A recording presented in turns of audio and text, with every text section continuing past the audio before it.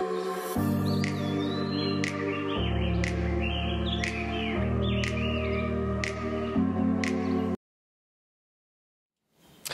retour dans la tranche info, place maintenant à l'échange et au débat dans notre focus. Et comme je vous l'annonçais en début d'émission, tous les lundis du mois de mars, nous allons parler de bien-être, sur bien des formes d'ailleurs. Et ce soir, je reçois d'ailleurs pour en parler Pauline Régul, qui est sexothérapeute. Bonsoir. Nous avons également Lily Liolia, qui est fondatrice de la bathérapie et du chamanisme caribéen. Bonsoir à vous. Bonsoir. Et nous avons également Patrice Turlet, qui est coach sur le plateau. Bonsoir Patrice. Bonsoir Harold. J'espère que tout le monde va bien. Donc comme je vous l'ai dit hors plateau, on est sur une session d'échange. On est parti sur 1 heure de temps, donc n'hésitez pas à intervenir. N'attendez pas que je vous donne la parole. Si vous n'êtes pas d'accord, n'hésitez pas non plus. Alors, je vais d'abord me tourner vers Lily Liolia, puisque effectivement donc vous êtes fondatrice de la bathérapie, donc on ne sait pas encore du tout ce que c'est, il va falloir que vous nous expliquiez, et du chamanisme guadeloupéen. Caribéen. Caribéen. Oui. Pas que guadeloupéen. Non, caribéen. Pourquoi ne pas que cantonner à la Guadeloupe? Alors, quand on parle d'anthropologie de la Caraïbe, il y a plusieurs... La Caraïbe, elle est diverse. Et il était important de faire une espèce de syncrétisme de toutes nos pratiques et de nos croyances, d'où le chamanisme caribéen. Vous ne laissez personne sur le côté. Voilà, tout le monde est content. Vous êtes également auteur de plusieurs ouvrages, Bras et pratiques pour les temps difficiles, la bathérapie dont on va parler aussi, et la lune, notre allié. Alors, moi j'aimerais bien qu'on commence, avant de parler des bains, hein, je voudrais qu'on parle... c'est peut-être lié d'ailleurs de la bathérapie en fait. Ce sont les bains. Ce sont les bains. La thérapie par les bains. Alors, expliquez-nous comment l'idée vous est venue, comment vous l'avez mis en place. Alors, je suis avant tout ethnobotaniste. Donc, l'histoire des plantes expliquée aux civilisations. J'aime bien dire ici, je suis une maquerelle des plantes. Donc là, ça parle tout de suite à tout le monde. Clairement. Oui, ouais, maquerelle des plantes, donc les utilisations. Depuis toujours? Je pense que c'est une transmission. À la base, je viens de la finance de marché. Ah, oh là là, on est très loin. Oui, on est très loin. La finance, ça pousse pas. Les billets, ça pousse écoutez, pas. la crise de 2009, j'étais là, donc j'ai préféré me reconvertir. Je suis partie m'amuser un peu. Je travaillais dans un dispensaire populaire au Brésil. J'ai fait de l'humanitaire à Saint-Domingue. Bon, voilà. Virage à 180. Ouais, j'en ai, voilà. Ah, mais il y aura tout un débat à faire avec vous sur la crise de 2008-2009. Oui, bon, voilà. Puisque ça risque de se reproduire dans pas longtemps. Tout à fait. Parlons de choses guère maintenant. N'est-il pas, donc la bathérapie. Donc vous êtes, comme vous le dites, entre guillemets, maquerelle des plantes. C'est ça. Ça vous intéresse? Oui. J'en suis passionnée par tout ça. En fait, la bathérapie, c'est la thérapie par les bains. Et comme je l'explique dans cet ouvrage, j'ai une amie qui est d'origine béninoise, qui vivait depuis plusieurs années à Bali. Et elle me dit, oui, Bali, c'est le temple du développement personnel. Il faut absolument que tu viennes, etc. Et je lui dis, mais attends. Comment tu peux me dire, ah oui, tout ce qui est développement personnel, New Age, Bali, c'est le lieu. Je dis, oui, mais je viens de la Guadeloupe, qui est la terre la plus opposée de Bali. Et je dis, mais moi aussi j'ai quelque chose à apporter. On dit bien que nous, les Noirs, les Caribéens, on est toujours dans ces choses-là. Comment se fait-il qu'on n'a rien à faire? Et là, elle me prend au mot, elle me dit, et qu'est-ce que tu viens faire? J'ai dit, je vais faire la bathérapie. Et c'est sorti comme ça. Et elle m'a mis au défi, elle me dit, mais c'est quoi la bathérapie? Et je lui dis, la thérapie par les bains. Et c'est comme ça qu'est née la bathérapie. D'accord, donc un défi. Un défi que j'ai relevé. Et il y a aussi un peu le côté ancestral qui a dû vous Clairement, inspirer. parce que quand je faisais mes études d'ethnobotanie, je me suis rendu compte que tous les peuples de par le monde faisaient des bains, quoi. Et quand j'étais au Canada, il y a une boutique qui s'appelle The Magical Blend. Ils font, c'est vraiment un truc qui aurait plu aux gens de chez nous. Il y a plein de flacons, plein de préparations avec des plantes, et vous pouvez faire des bains, que ce soit en liquide, que ce soit dans des sels de bain, ou encore avec du lait, c'est top, quoi. Un truc super bien fait. Je me suis dit, ah bon, je ne pensais pas. Et j'ai creusé les Asiates, les Africains, les Européens, et nous aussi, donc voilà. C'est vrai que pendant la période carnavalesque, tout le monde parle du bain des marais au tout début des festivités. On parle de se purifier, de se nettoyer, mais beaucoup ne connaissent pas finalement vraiment le sens de cela. On le pratique parce que les anciens le faisaient. Vous, votre dimension du bain des marais, ce serait quoi? Alors, je vous dirais juste une chose. Il y a les jusqu'à ce que, ceux qui disent qu'ils n'y croient pas et quand ils ont un problème, qu'ils vous appellent parce qu'ils ont un problème. Donc, il y a les jusqu'à ce que. Il y a ceux qui n'en ont jamais entendu parler, mais qui connaissent même mieux que vous. Et il y a les autres. Et les autres, c'est-à-dire que c'est très discret. On en parle peu.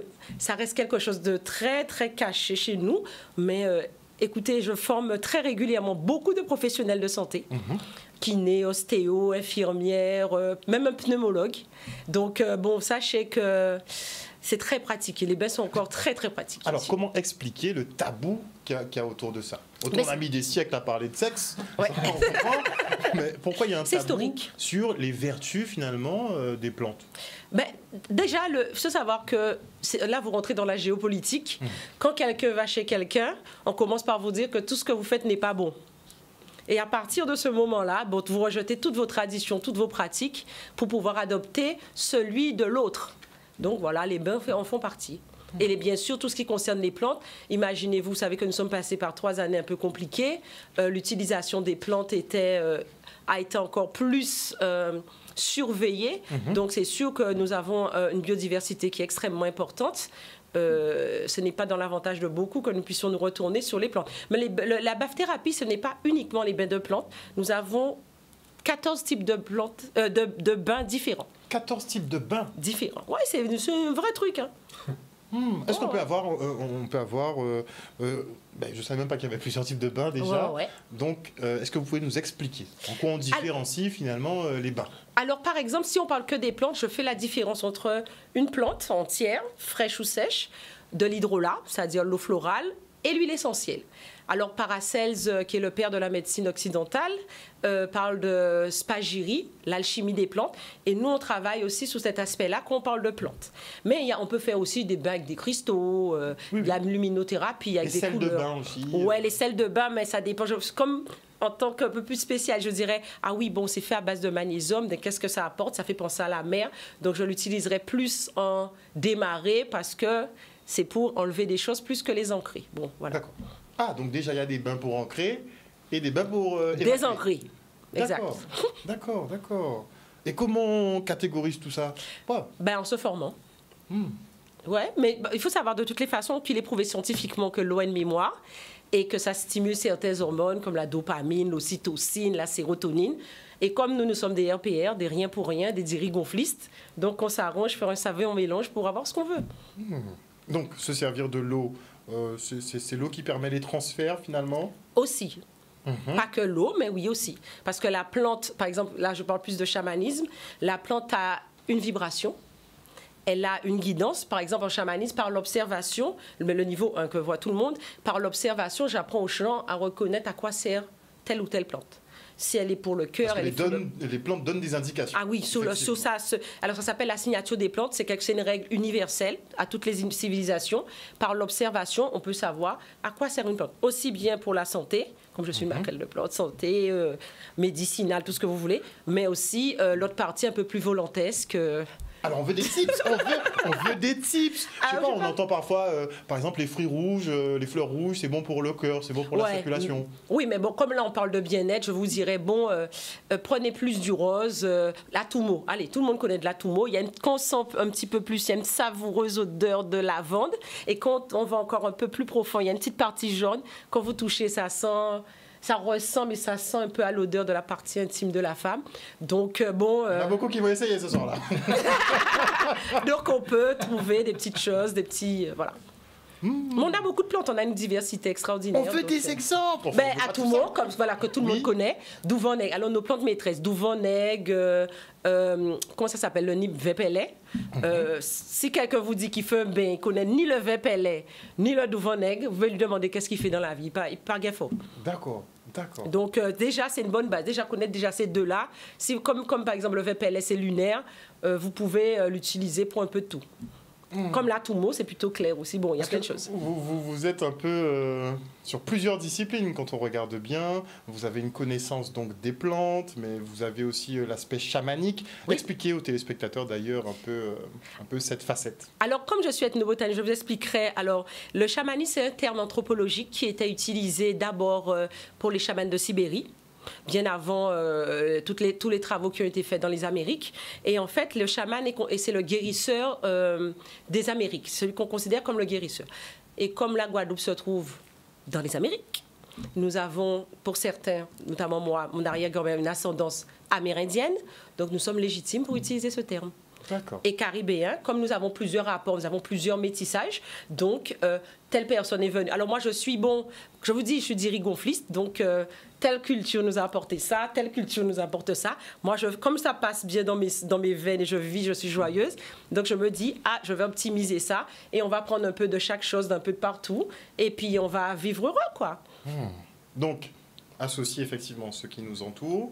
Vous associez aussi les mouvements lunaires. Pour vous, c'est important, cela? Les ancêtres, oui. Pourquoi? Lunaire ou les ancêtres? Le côté lunaire, et après on va sur les ancêtres. Alors il faut savoir que par exemple, les 28 jours que dure un mois, il y a plusieurs phases. On n'est pas vraiment dans le même mood pendant tout le mois. Donc il y a des périodes pour certaines choses et pas pour d'autres. Les saisons aussi, c'est exactement pareil. D'accord. Alors, je vais faire une petite parenthèse rapidement vers Madame Régule. Alors, la semaine la plus propice, ce serait laquelle? Si on regarde en fonction de la lune. Parce qu'on dit que les femmes sont un petit peu orientées par la lune. Là, je vois, non. Tu vas... Ben oui, on demande des tips. Tu vas mélanger la tubo avec cette information. Ben attends, ça pourra nous servir, sait-on jamais. Alors, je ne suis pas du tout une professionnelle de la Lune. Dommage, ça aurait pu être intéressant. C'est vraiment selon chacun et chacune. Et puis aussi, pour les femmes, il ne faut pas oublier les syndromes prémenstruels. Donc, ça va plutôt être à ce niveau-là que ça va jouer. Mais la Lune, j'imagine clairement son effet, mais je ne connais pas. Ça marche, je vous taquine. Alors, donc la Lune, mais vous parlez aussi du côté ancestral. Oui, clairement oui. Pourquoi être ancré dans l'ancestralité? Je peux dire mon contexte familial a fait que j'ai été beaucoup bercée par cet environnement. Vous connaissez sûrement Kalala Mutunde, voilà. Donc le contexte familial a fait que j'ai grandi j'ai été très jeune initiée dans toutes les pratiques ancestrales. Et comme je vous disais, c'est mon oncle. Ah d'accord, autant pour moi. Enchanté. Donc, du coup, je ne voyais pas l'intérêt au départ. Et petit à petit, vous savez, j'étais une jusqu'à ce que... Et ça m'est arrivé d'avoir certains soucis dans la vie et de me rendre compte que honorer, respecter ses ancêtres était une chose importante. Donc, ça dans le chamanisme... Ça fait partie de votre bien-être, finalement. Oui, je suis RPR, c'est sûr. Ça fait partie de notre bien-être. Et puis, vous savez, en psychogénéalogie, on voit, il y a plein, c'est très à la mode, les constellations familiales, la transgénérationnelle, la psychogénéalogie. On se rend compte que, par exemple, notre grand-mère a vécu quelque chose qui a eu de très lourdes conséquences sur toute une génération. Et si, de par ce biais, on se rend compte de l'importance des ancêtres, je ne vois pas pourquoi le culte des ancêtres ne serait pas important. Donc, pour vous, il faut se guérir soit à l'instant T. Ça commence par soi. Mais il faut aussi peut-être remonter parfois... Pour l'aligner. Un peu sur la lignée pour solutionner quelques problèmes. Très intéressant.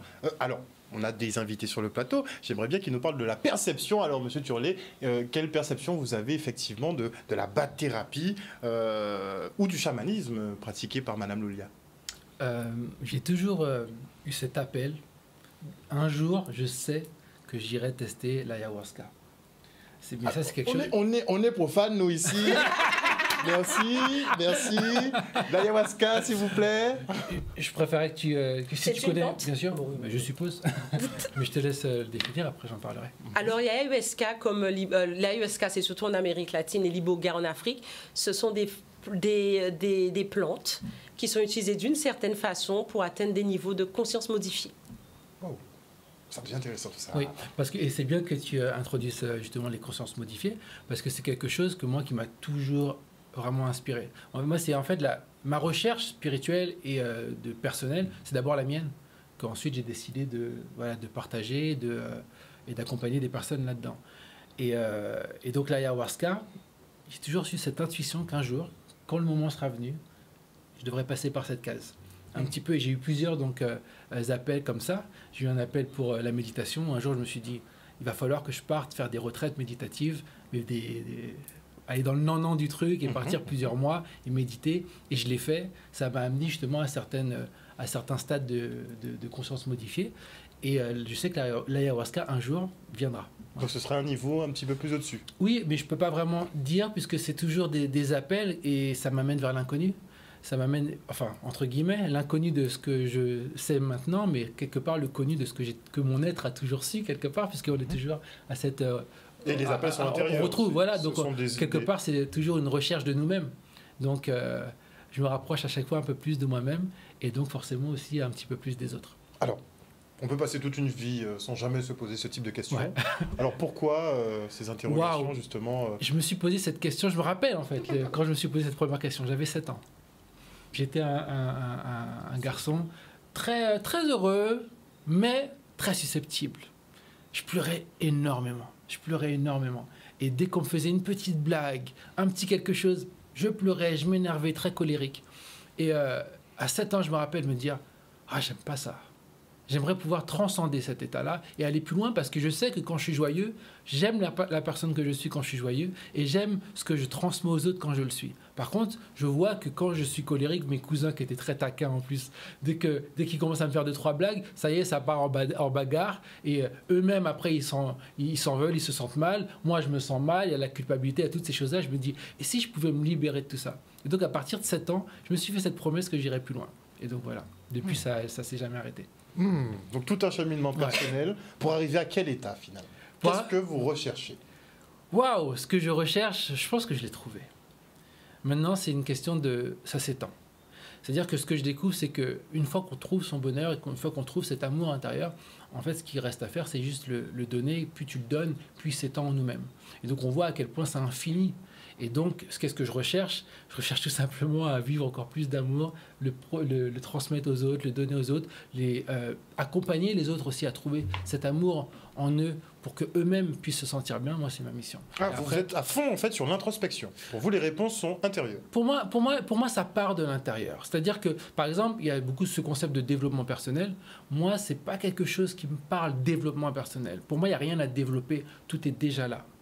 Et donc, la différence, pour moi, elle est importante parce qu'il y a beaucoup de coaching. Donc vous n'êtes pas sur le développement, vous êtes sur le déblocage plutôt? Voilà, plus de la reconnaissance de cette lumière, de ce qui est déjà là, de ce qui est déjà parfait en nous. Parce que je pense que aller vers un développement, ça implique le temps. Et le temps implique des objectifs. Et quand on se pose un objectif, c'est qu'on a déjà déterminé une sorte il y a un idéal qu'on cherche. Et aller vers cet idéal, c'est comme si, une fois que j'aurai cet idéal, je me sentirais bien. Et donc, c'est-à-dire que toute la période de développement, c'est une période qui est finalement, même si c'est sous-jacent, c'est le manque qui appelle ce développement, puisqu'on cherche à obtenir quelque chose. On cherche à combler. Et donc, toute la démarche, du coup, elle est faussée. Parce qu'elle part d'un manque. Alors que moi, ma démarche, c'est trouve d'abord ce bonheur à l'intérieur de toi. Remplis-toi. Voilà. Et c'est même pas remplis-toi, c'est trouve-le puisqu'il est là. En fait, il n'y a même pas à se remplir, on est déjà complet. Et une fois que tu trouves cette complétude, toutes tes actions sont c'est une plus-value pour toi, pour le monde, parce que toutes tes actions partent du bonheur. Tu n'es pas dans une recherche du bonheur, tu pars du bonheur. Donc ça change, pour moi, ça change toute la donne. Et j'ai essayé les deux, et des fois, quand j'accompagne certaines personnes, elles sont encore très ancrées dans cette recherche d'objectifs. Donc, quelque part, des fois, je suis obligé de les accompagner dans cette démarche, et on le fait. Et souvent, après 6 mois, je leur dis, bon, on a atteint notre objectif ou pas? Ouais. Je fais, comment tu te sens? Tu te sens mieux ou pas? Tu te sens vraiment plus épanoui qu'avant, ou comment tu te sens? Mais pas vraiment, finalement.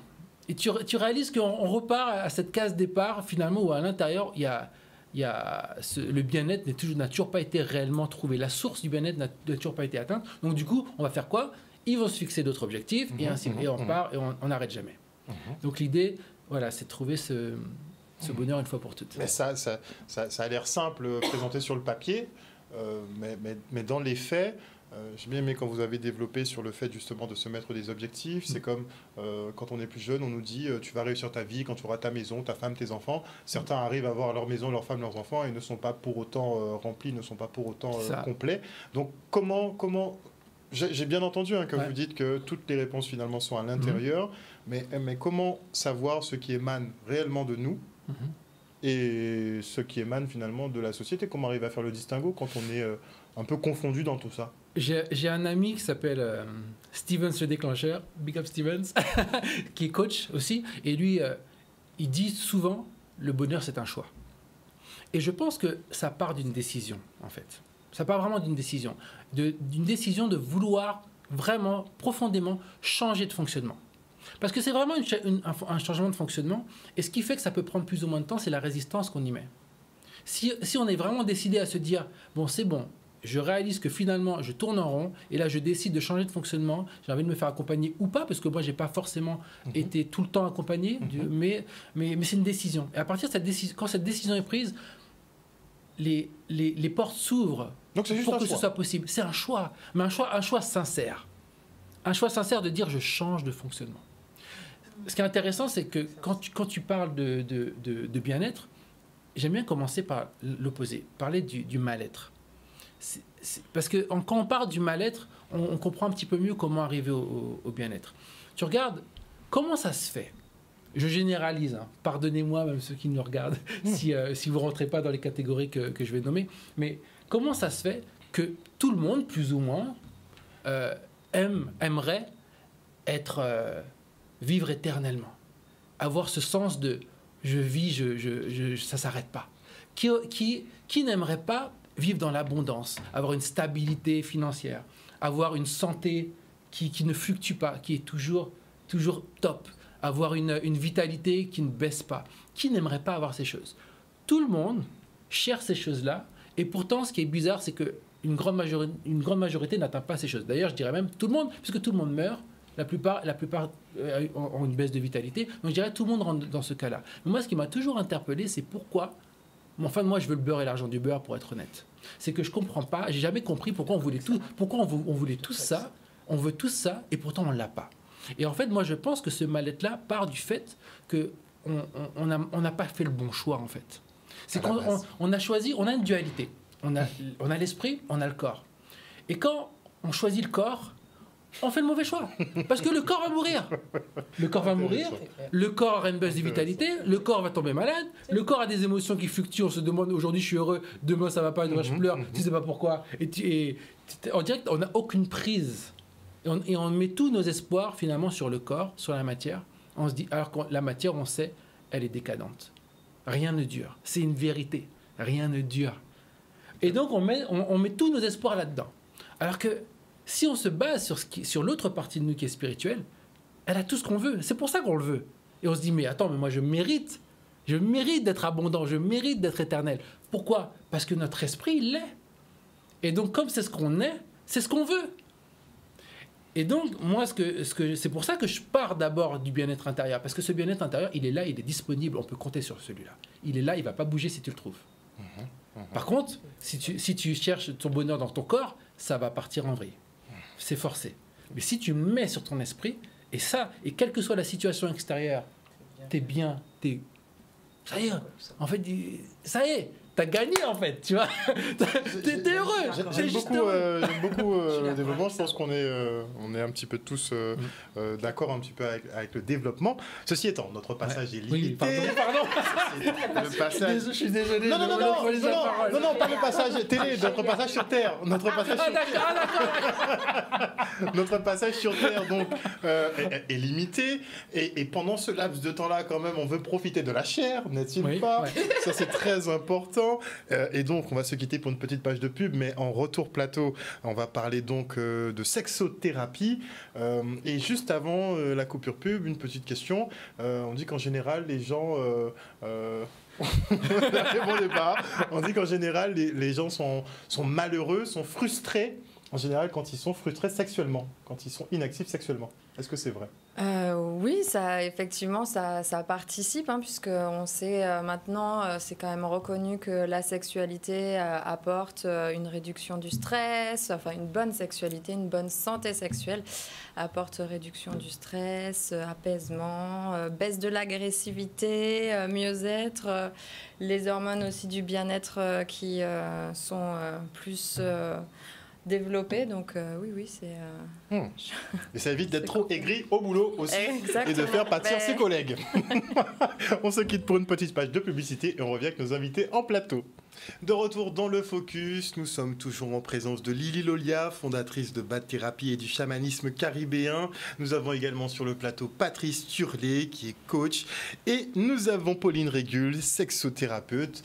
On parlait juste avant la coupure pub, je parlais de frustration. Vous nous parliez justement des bienfaits du sexe. Est-ce que, en 2024, notre société a bien pris en compte justement la sexualité dans son ensemble, hein, en termes de bien-être? Pas du tout. Non, enfin, C'est encore tabou tout ça. Ça évolue, non, sans rigoler, ça évolue. On voit aujourd'hui en Guadeloupe de plus en plus d'ateliers se développer sur la sexualité féminine.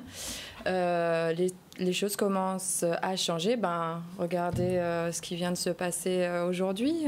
L'inscription de l'IVG dans la Constitution. Tout à fait, ça fait partie aussi des domaines de la sexualité. Donc on évolue petit à petit, mais il y a encore du travail à faire.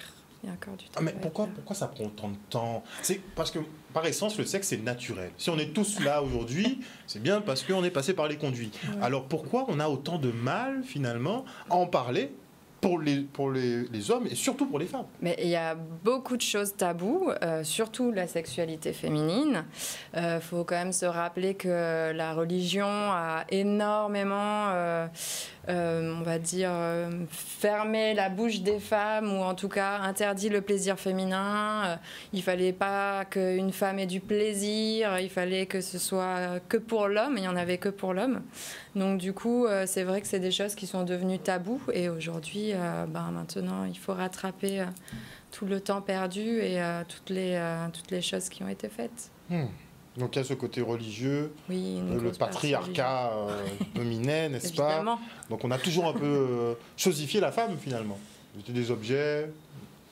Je dirais pas chosifié, mais en tout cas, son bien-être n'était peut-être pas à la même hauteur que le bien-être de l'homme.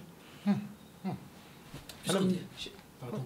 Vas-y, Je suis tout à fait d'accord avec ça. Je suis tout à fait d'accord, je rejoins parfaitement ce qu'elle dit. Oui, tout à fait. Le plaisir de la femme, et c'est encore, je trouve, bon, pour lancer ma petite pierre, hein, qu'elle tombe dans le jardin, qu'elle me tombe. J'espère pas dans le mien. Non, pas comme ça. Aujourd'hui, on rencontre encore des hommes qui ne demandent pas à leur partenaire ce qu'elle aime avant d'avoir un rapport, par exemple. Ça serait peut-être bien de demander, quoi, les gars. Alors, je suis tout à fait d'accord. Il faut vraiment pouvoir communiquer, mais de la même façon, il faut que la femme puisse exprimer, la femme et l'homme. Et aujourd'hui, on a aussi ce problème-là, c'est qu'on ne sait pas s'exprimer, on ne sait pas dire à l'autre, moi, voilà, j'aime ça, moi, je voudrais que tu me fasses ça. Et donc, du coup, c'est important. Il faut savoir aussi communiquer. Donc, il y a un gros défaut de communication de part et d'autre. Tout à fait. Bon, les hommes sont un peu bourrins, selon Madame. Non, mais elle a raison, il y a un petit souci de communication des deux côtés. On n'ose pas, en fait, fondamentalement. Mais pourquoi on n'en parle pas? C'est quand même incroyable. C'est qu'on arrive dans des cadres, on est dans l'intimité, quand même, on se met tout nu, enfin on fait nos affaires, mais on a du mal à parler de ce qui nous plaît finalement en termes de sexualité. Mais, vous l'avez dit tout à l'heure, c'est quelque chose de naturel, on n'a pas besoin d'apprendre. Et comme c'est censé être naturel, on n'en discute pas. Voilà, exactement, c'est comme ça que ça commence. Patrice. Moi, je suis entre ces deux femmes, mais j'aimerais ramener quand même mon apport masculin, qui est juste le mien en réalité. Je ne sais pas si je parle pour tous les hommes, mais c'est vrai que moi j'ai toujours estimé que ce problème-là était un problème qui vraiment c'était les hommes et les femmes. Moi j'ai grandi en France, en banlieue, et en banlieue, je dis la banlieue parce que en banlieue, je crois qu'on est plus actif en région urbaine, on est plus actif qu'en campagne. Et donc, nous, il y avait ce truc où, d'une, on me considérait... j'étais antillais, donc les Antillais avaient une réputation. J'étais beau gosse, considéré beau gosse, donc le beau gosse antillais. Et donc, ça veut dire, beau gosse antillais, ça doit y aller, quoi. Et donc, je fais ce témoignage et j'en profite pour le faire à la télé. C'est que j'ai couché avec beaucoup de filles à l'époque, alors que je voulais pas. Par pression sociale.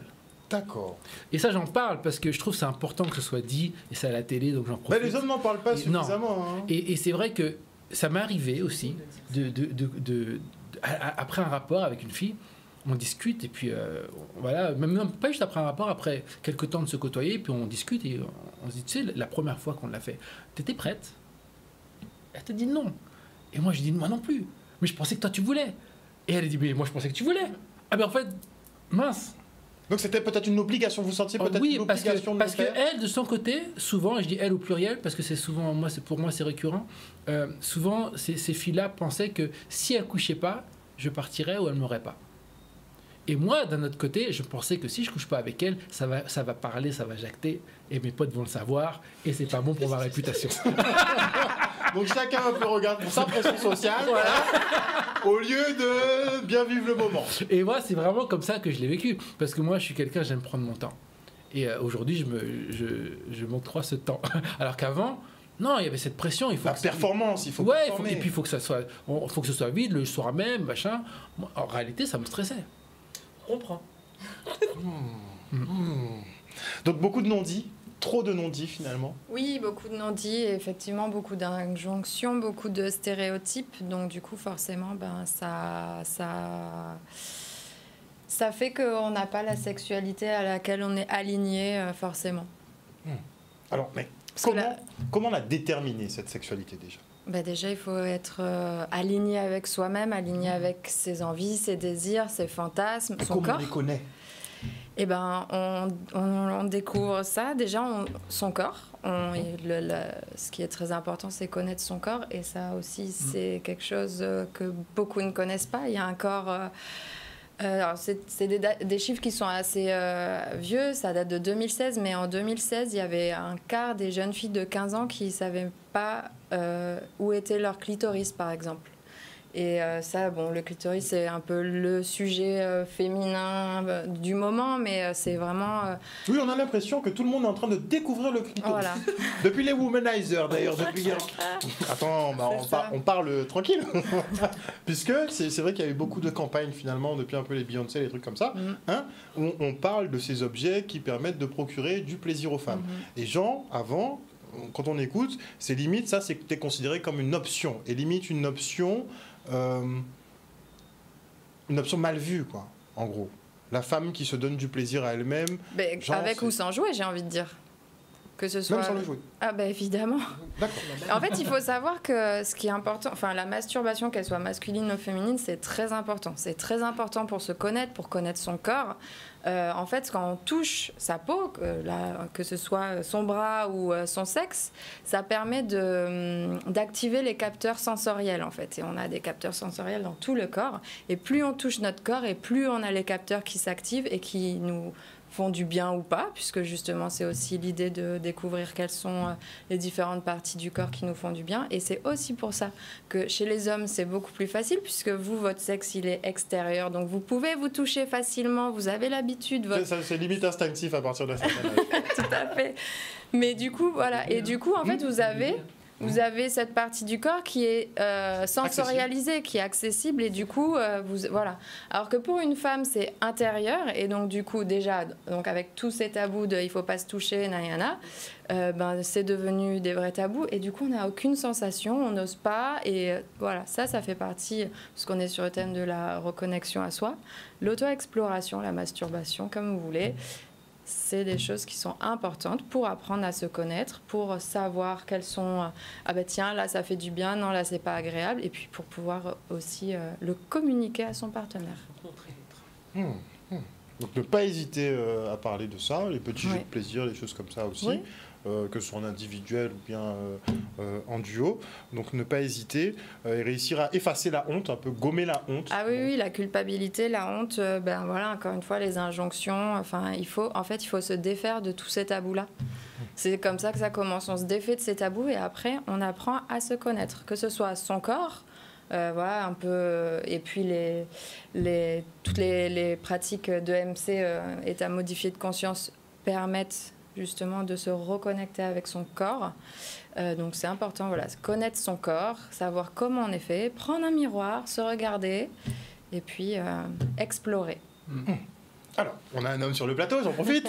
Alors, Patrice, est-ce que, si disons, tu as ta compagne, est-ce que tu autorises ta compagne, tu n'as pas le droit de lui interdire quoi que ce soit, mais est-ce que tu valides finalement l'utilisation, par exemple, de vibro, par exemple?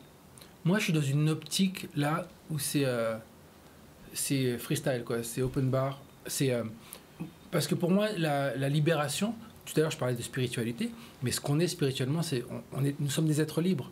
Et donc, ce sentiment de liberté, il faut pouvoir l'exprimer dans le corps. Donc, dans la sexualité aussi, et surtout, je dirais, parce que quelque part, il y a tellement de tabous, tellement de culpabilité derrière la sexualité, alors qu'on devrait sentir de la liberté. Et donc, je pense que la chose qu'il faut essayer de développer, on va dire, dans un couple, selon moi, c'est justement cette sensation de liberté. Ne serait-ce que, avant même d'aller au vibro ou tout ça, même tout simplement se mettre à poil l'un devant l'autre et s'accepter, se regarder. Parce que beaucoup de personnes couchent ensemble dans le noir, ne se sont jamais regardées en fait, parce qu'il y a une pudeur. Je trouve ça très, très, très paradoxal de donner son corps, entre guillemets, à quelqu'un, alors qu'il y a encore cette pudeur. Alors que pour moi, on devrait justement aller au travers de cette pudeur d'abord, parce que quand tu vas le faire, ça va être d'autant plus jouissif. Puisque tu es avec une personne avec qui tu es en confiance, tu l'as vu te regarder, tu l'as regardé, vous êtes accepté, tu l'as vu t'accepter. Donc du coup, le rapport sera beaucoup moins, on va dire, cérébral. Il sera beaucoup plus dans le ressenti, puisque tu es en confiance. Tu es en confiance, donc tu n'as plus besoin de te rattacher à tes concepts qu'il y a dans ta tête. Parce que surtout les hommes, les femmes aussi je suppose, mais les hommes en l'occurrence, on a regardé beaucoup de films porno, donc du coup on a beaucoup ces références, donc pour sortir de ces références-là... On rappelle que le porno c'est pas la réalité, hein. Ouais, c'est pas du tout la réalité. Ça peut l'être, moi je veux même pas mettre cette barrière, ça peut l'être, parce que certaines personnes mais c'est une aiment ce rapport-là. Du rapport sexuel en soi. Ouais, mais je veux même performance, t'as pas les coupures. Mais je voudrais pas diaboliser en fait le porno, parce que certaines personnes aiment ces pratiques-là, et je voudrais pas que ces personnes-là pensent que c'est pas ok. C'est ok aussi, mais pas que, parce qu'en réalité moi j'aime. En réalité, moi, ce que je vois dans le porno, ouais, mais pas tout le temps. Et pas dans le même ordre. Toujours dans le même ordre, tu vois. Et ça, casser ça, avoir cette spontanéité où on peut vraiment explorer avec l'autre. Et là, on n'est plus dans un rapport duel, en fait, où c'est un contre l'autre, quelque part. J'ai quelque chose à prouver. On est à deux, on a une union, le sexe, c'est une union. Voilà. Kiffer, quoi. Comment vous faites avec vos compagnons? Mes compagnons. Ou votre compagnon? Ah oui, plutôt. Magad. Alors, je partage absolument tout ça, ce point de vue, cette liberté un peu absolue. On est là pour se faire du bien. D'abord, chacun de son côté. Si on a envie, il n'y a pas de souci. Et on se retrouve et on partage. On est là pour être bien, quoi. Et c'est vrai que je ne diabolise pas le porno, je ne diabolise aucune pratique.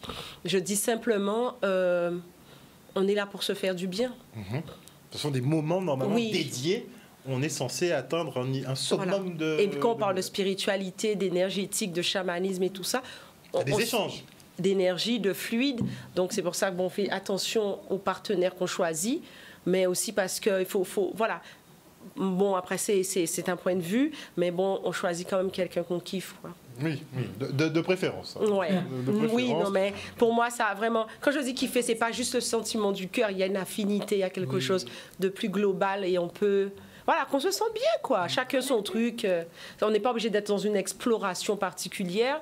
On peut l'être aussi. Mais dans tous les cas, chacun, du moment qu'on a kiffé, qu'on se sente mieux et meilleur aussi, surtout.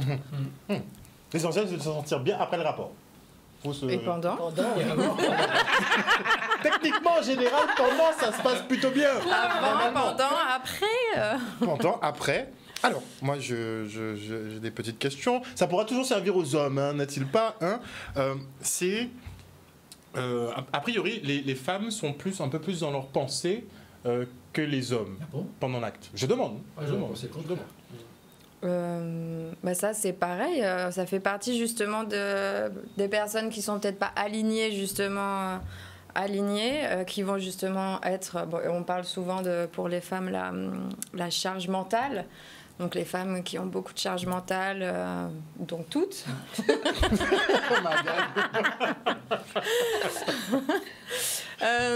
Donc voilà, qui vont penser à la liste de courses en même temps que... Voilà.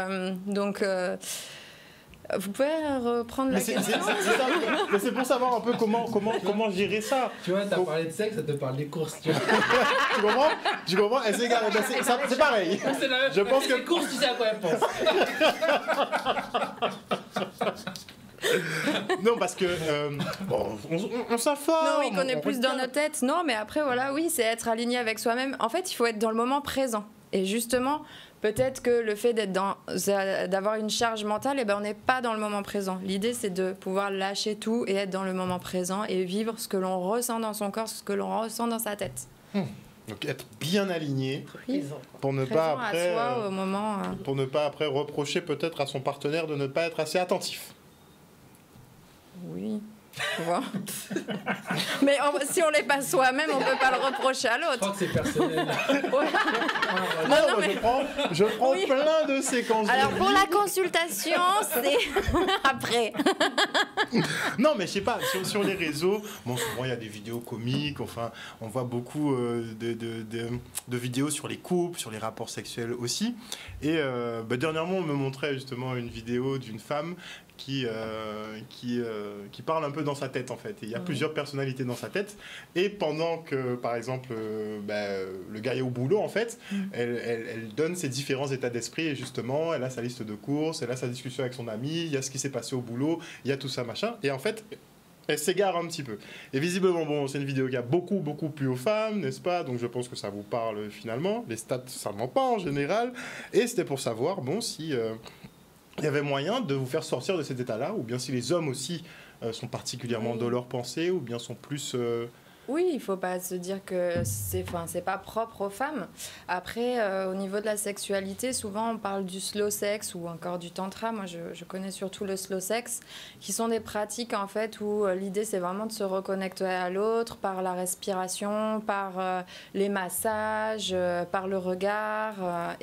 C'est des choses qui vont permettre justement d'être, encore une fois je le dis, mais c'est vraiment le mot, d'être dans le moment présent en fait, avec son partenaire et être connecté. Des petits conseils pour avoir une vie sexuelle épanouie. Alors, déjà être aligné, non, c'est pas le mot. Bien aligné. Voilà, bien aligné. Doublement. Ce que je voulais dire, c'est souvent, on pense que la sexualité, voilà, c'est quelque chose d'inné, on n'a pas besoin d'en savoir plus.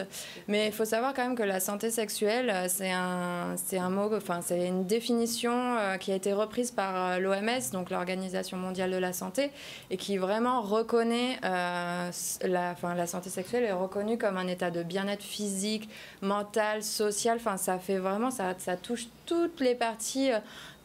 Ça nous touche tout au long de notre vie, en fait. C'est notre sexualité, c'est notre genre, c'est les rapports aux autres. Et c'est pour ça qu'il faut vraiment ne pas le laisser de côté et ne pas se dire voilà, j'ai un problème, c'est pas grave, ça ira mieux plus tard. Il faut souvent en plus les problèmes sexuels en fait vont arriver parce qu'on somatise ou qu'on a des soucis psychologiques, enfin je veux dire des problèmes voilà dans ça.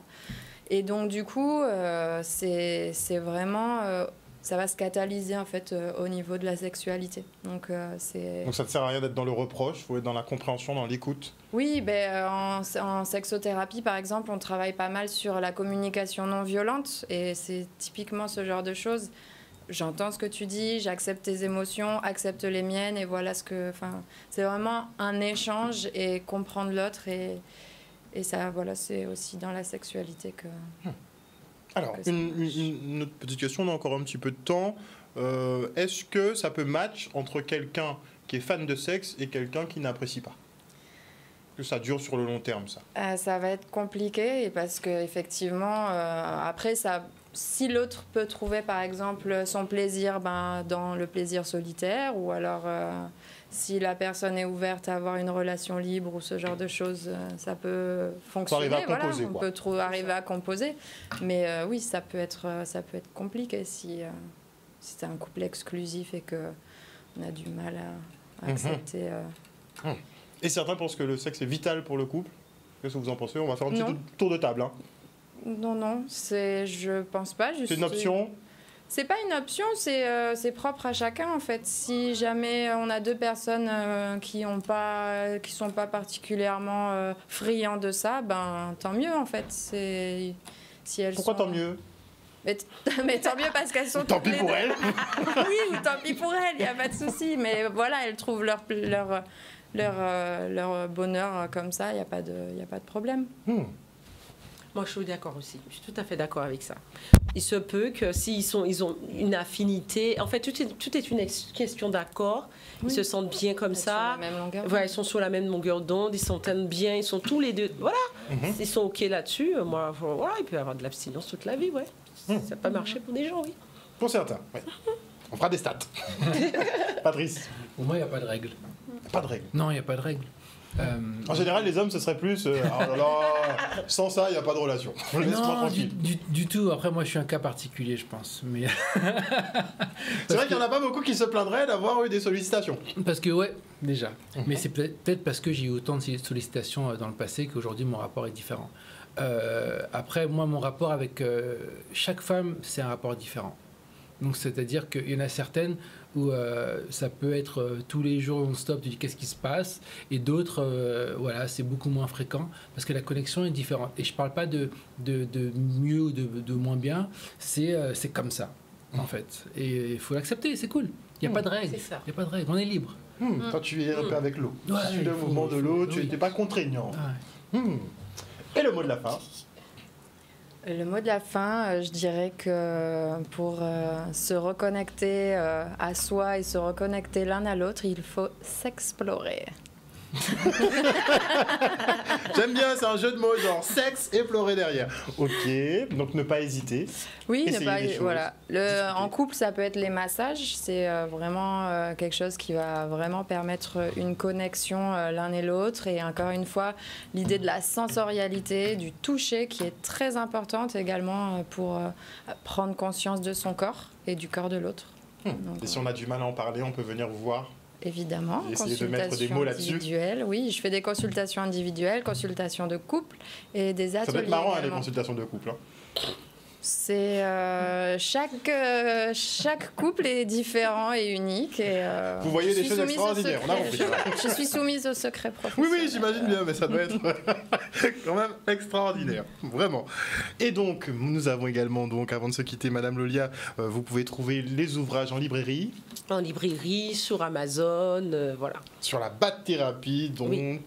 justement, D'ailleurs, ce pratique sur les réseaux, vous pouvez trouver la liste de tous les bath-thérapeutes, voilà, que j'ai formé un peu partout. Voilà. Super.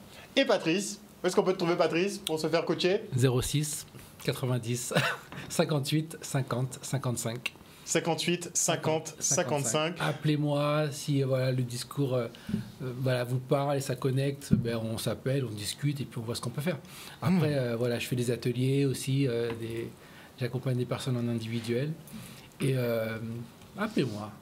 Tout simplement. Tout simplement. En tout cas, merci beaucoup Merci à vous tous d'être venus sur ce plateau ce soir pour nous parler de bien-être, chacun à votre façon, mais c'est limite un peu complémentaire hein, quand on regarde bien. En tout cas, merci beaucoup d'être venus sur le plateau. Chers téléspectateurs, on se retrouve lundi pour une prochaine émission sur le bien-être. Je ne sais pas si on va parler de choses olé olé, mais j'espère bien. Bisous tout le monde, on se retrouve demain.